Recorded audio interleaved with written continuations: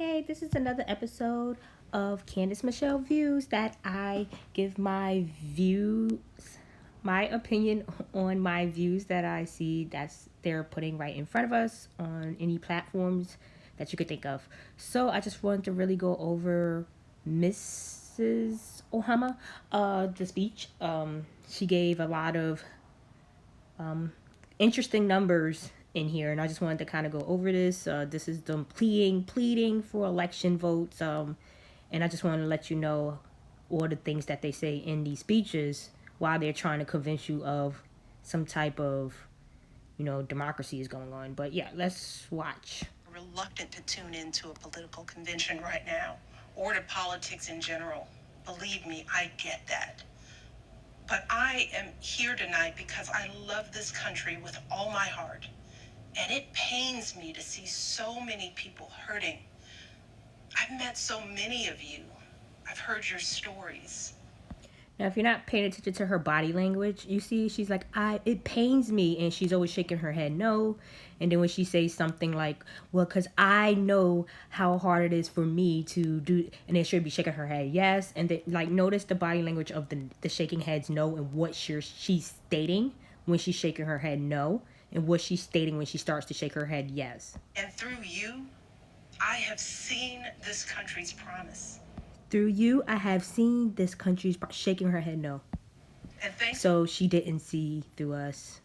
Just so many who came before me, thanks to their toil and sweat and blood, I've been able to live that promise myself. So she could shake her head yes to that. That's the story of America. All those folks who sacrificed and overcame so much in their own times because all those folks that sacrificed and overcame, shake her head no. They wanted something more, something better for their kids. There's a lot of beauty in that story.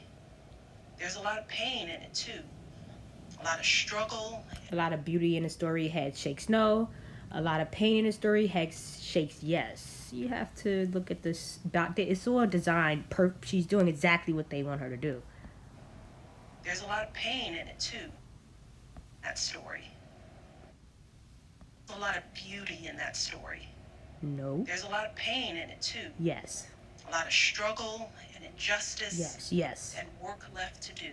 Yes, I know, a lot. And who we choose. A lot of work for us to do. As our president in this election will determine whether or not we honor that struggle and chip away at that injustice and keep alive the very possibility of finishing that work.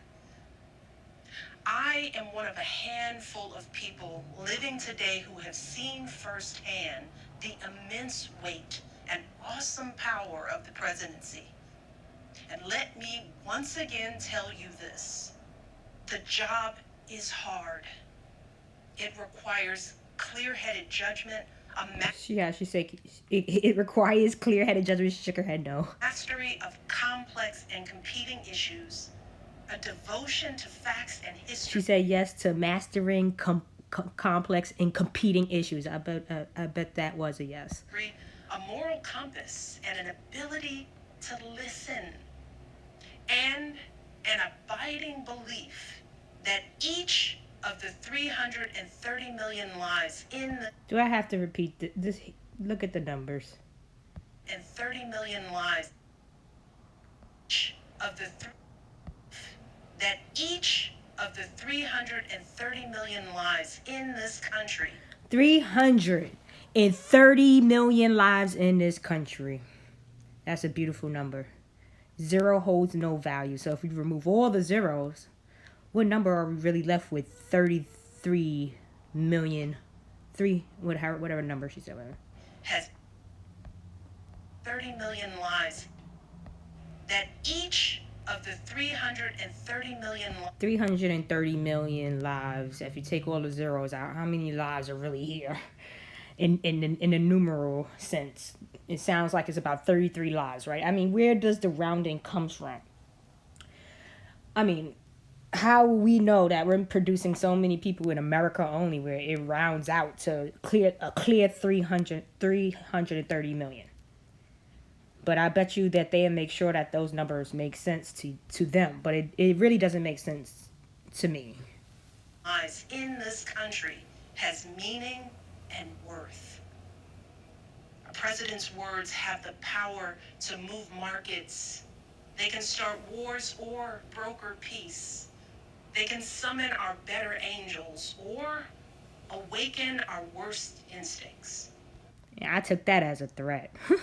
You think that they're gonna awaken our better angels, and yeah, it seems like they were threatening us a lot this election. You simply cannot fake your way through this job. As I've said before, being president doesn't change who you are.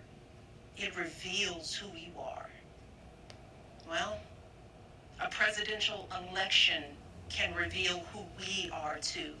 How could it reveal who we are if no one's supposed to know who or exactly who voted, and everyone has different candidates to vote? So whoever wins, how would you know who was really involved with this person winning? Like, how are you blaming anybody when everything's so exclusive and discreet and random, and it's more than one candidate? There's a whole lot of people voting all kinds of ways. How would we be responsible? And 4 years ago, too many people chose to believe that their votes didn't matter. Maybe they were fed up.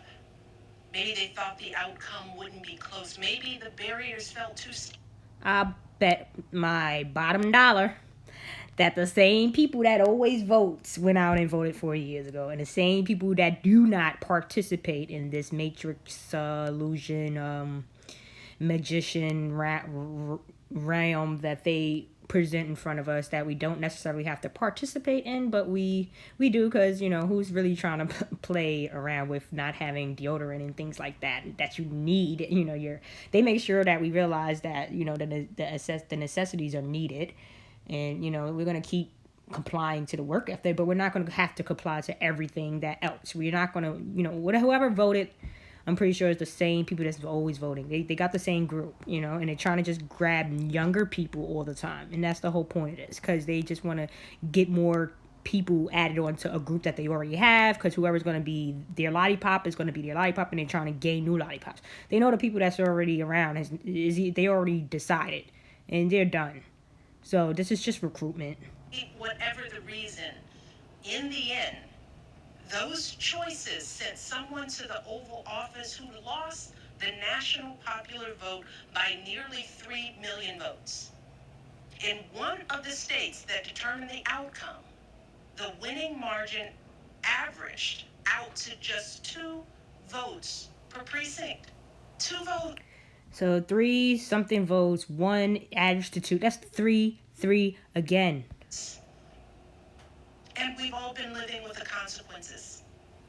When my husband left office with Joe Biden at his side, we had a record-breaking stretch of job creation. We'd secured the right to health care for 20 million people. She can't even say that clear. Like, it's so hard for them to get some of that stuff out. It was very clear that hard to get that out that difficultly. It's a lot of lying going on. Body language. Secured the right to health care for 20 million people. We were respected around the world, rallying our allies to confront climate change. And our leaders had worked hand in hand with scientists to help prevent an Ebola outbreak from becoming a global pandemic. 4 years later, the state of this nation is very different. More than 150,000 people have. So you heard her say something about 2 earlier. Then it's 4. That was a 6. Now it's more than 150. That's 15. That's 6. Died, and more than 150,000 people have died. And can you believe 150,000 people have died? If we take off the zeros, it has no value. We got 15. So 15 people died.